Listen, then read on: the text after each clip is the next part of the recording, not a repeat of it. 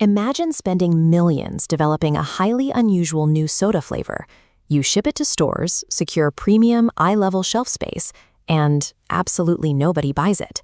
Products fail because the businesses behind them guess what their target market wants, instead of gathering accurate information. That guesswork leads directly to massive financial losses and entirely missed market opportunities. To avoid that disaster, organizations rely on field research, also known as primary research. This is information gathered firsthand by the business itself, collected for a very specific, relevant purpose. Because this data is newly gathered, it's highly up-to-date and reliable.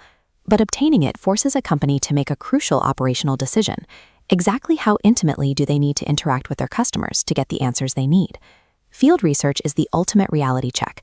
A business has to endure it to produce exactly what customers prefer and secure long-term profit.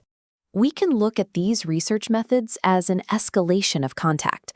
At the lowest tier, we have zero contact, methods where the consumer doesn't interact with the business and doesn't know they are being studied. The most basic form is direct observation. A researcher simply watches customer actions, like counting how many people stop at a retail display. EPOS automates this. Every scanned item instantly becomes a data point, tracking consumer habits in the background. This quantitative data provides continuous hard numbers, but EPOS is expensive and fails entirely to explain underlying feelings. Zero-contact methods are perfect for tracking absolute behavior, but they are useless if you need to understand human motivation. To figure out why people buy, we have to ask them. That brings us to the distant contact tier, casting wide digital or postal nets to gather insights without face-to-face interaction. Online and postal surveys fit here. They are relatively inexpensive because the business does not have to hire trained interviewers to administer the questions. The primary advantage is gathering data from a massive sample size across a huge geographical area quickly. But the severe flaw is a notoriously low response rate. People ignore them, forcing businesses to offer expensive incentives just to get replies. Telephone interviews are another cheap, distant method, and they provide immediate responses. However, they carry a unique risk. Consumers frequently view these as nuisance calls. Interrupting someone at home often leads to outright hostility or rushed, inaccurate answers given simply to end the conversation. Distant contact is a high-volume gamble. A business saves money on staff, but risks gathering entirely useless data if questions are misunderstood. When a company needs absolute clarity, they escalate to the intimate contact tier. This involves direct, personal dialogue with carefully selected groups of consumers. Face-to-face interviews are the starting point. The primary advantage is two-way communication. A researcher can encourage detailed answers and instantly clear up misunderstandings.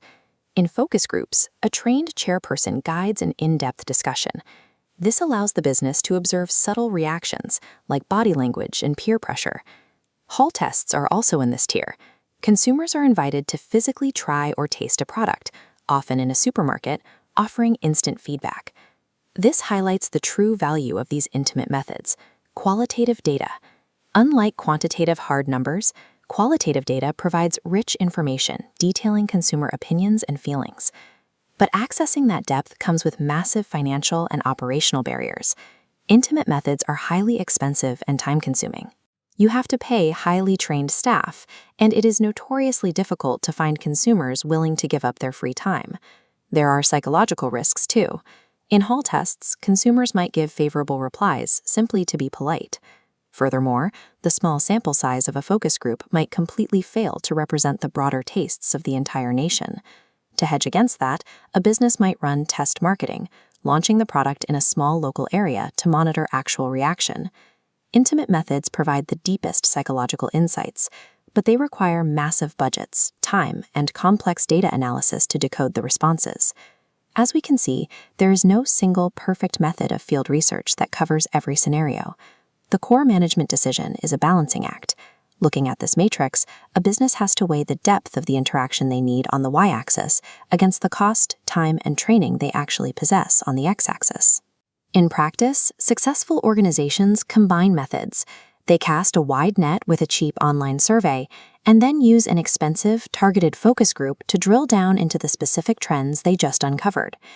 Securing reliable, first-hand data is simply the price of entry in modern business.